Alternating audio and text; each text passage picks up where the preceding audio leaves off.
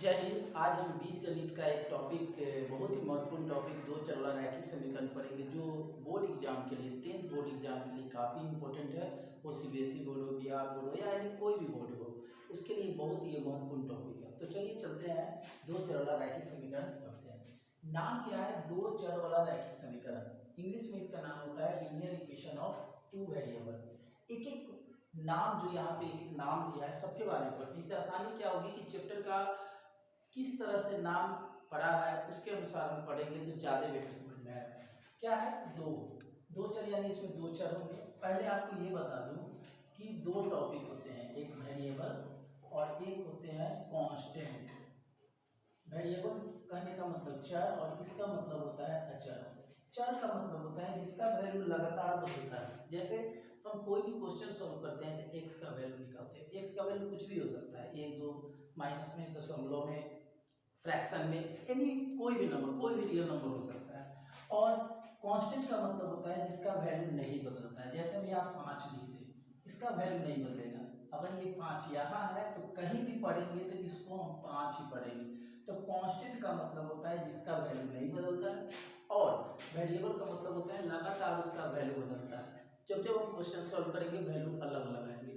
तो यहाँ पे जो दो चर है, यहाँ पे दो चर करने का मतलब एक एक्स होगा, एक वाई होगा, एक यू होगा, एक भी होगा, यानी कोई भी दो चर होंगे।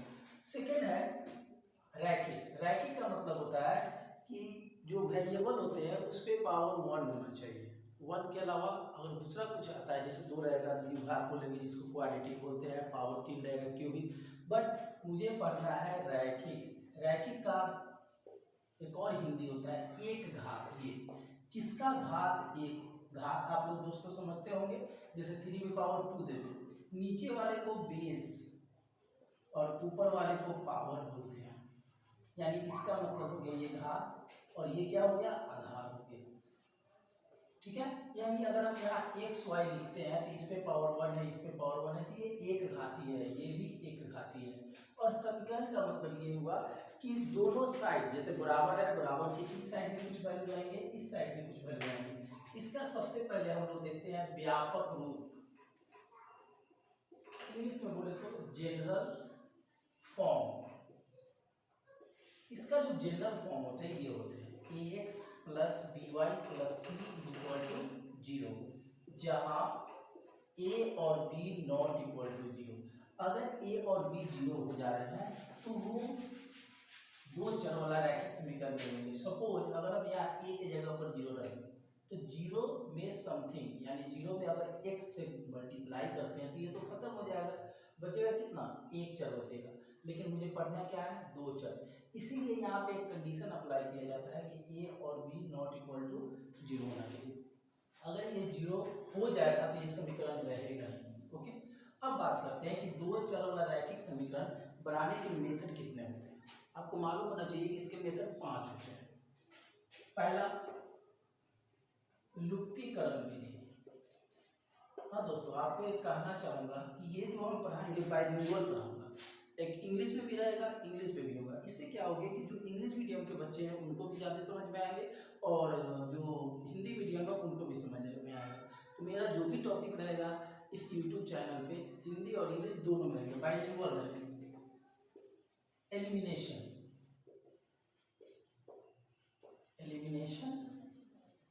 मेथड। सेकेंड, प्रतिस्थापन, जिसको हम लोग सब्स्टिट्यूशन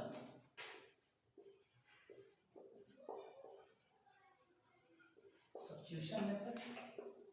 तीसरा, तुलनात्मक,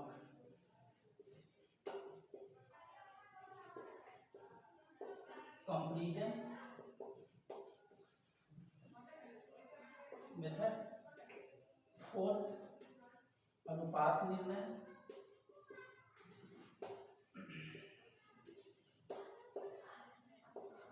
रेशियो मेथड, इसको शॉर्ट में हम लोग रेशियो मेथड बोल सकते हैं। ठीक है, एंड लास्ट एक होता है वज्र गुणन विधि। वज्र गुणन विधि, क्रॉस मल्टीप्लिकेशन। आपको मालूम होना चाहिए, पढ़े भी होंगे क्रॉस मल्टीप्लिकेशन। ज़्यादातर 10th क्लास में सबसे ज़्यादा ये फेमस होता है, लेकिन आपको ये जानकारी होनी चाहिए कि नेक्स्ट क्लास में आगे जब तक आप मैथ पढ़ेंगे ये बहुत ज़्यादा यूज होते हैं क्रॉस मल्टीप्लिकेशन। हम सारे मेथड को एक एक करके बताएंगे। आप क्या कीजिएगा, बाद में जब वीडियो को रोक कर आप इसको स्क्रीनशॉट ले सकते हैं। चलिए हम लोग आगे की ओर बढ़ते हैं।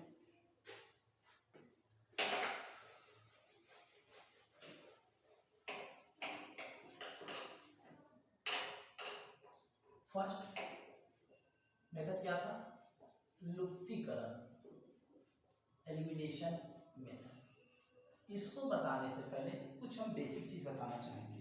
जैसे इसमें सबसे बड़ी बात ये देखना पड़ता है कि किसी एक को नाम से ही पता चलता है लुप्तीकरण, इंग्लिश में एलिमिनेशन, एलिमिनेशन मेथड।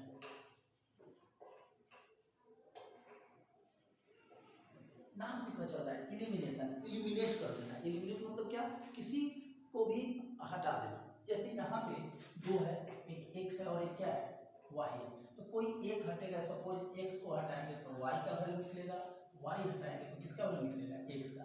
लेकिन हटाएंगे कैसे, हटाने का क्या मेथड होगी। जैसे हम यहाँ 2 लिख दें और ये 3 लिख दें, तो इसको हटाने का रूल ये कहता है कि पहले इसको इक्वेट कीजिए। इक्वेट करने का मतलब नीचे का मल्टीप्लाई ऊपर करेंगे, ऊपर का मल्टीप्लाई नीचे करेंगे, यानी नीचे वाला ऊपर, ऊपर वाला नीचे। अब यहाँ पे देखिए इक्वल हो गया। यानी एलिमिनेशन मेथड में सबसे पहले हम लोग ये देखेंगे कि जिसको एलिमिनेट करना चाहते हैं, जिसको लुप्त करना चाहते हैं, वो इक्वल होना चाहिए। अगर इक्वल है तो कोई दिक्कत नहीं है, अगर इक्वल नहीं है तो नीचे का मल्टीप्लाई ऊपर करेंगे, ऊपर का मल्टीप्लाई नीचे करेंगे, ये इक्वल हो जाएगा। आप देख सकते हैं। उसके बाद फर्स्ट बात ये देखेंगे कि इक्वल करेंगे। सेकेंड बात ये देखेंगे अगर दोनों प्लस है तो माइनस करेंगे, यानी घटा देंगे। और अगर एक प्लस है और एक माइनस है तो उसको जोड़ देंगे। जैसे यहाँ लिख दें 6 और 6, दोनों का साइन सेम है, लिख देंगे घटाने पर। ठीक है। अगर दोनों प्लस है या दोनों माइनस है फिर भी घटाने पर, यानी दोनों अगर साइन सेम रहेगा तो घटाएंगे, एक प्लस है और एक माइनस है, सपोज यहाँ माइनस है तो लिखेंगे जोड़ने पर। ये याद रखिएगा।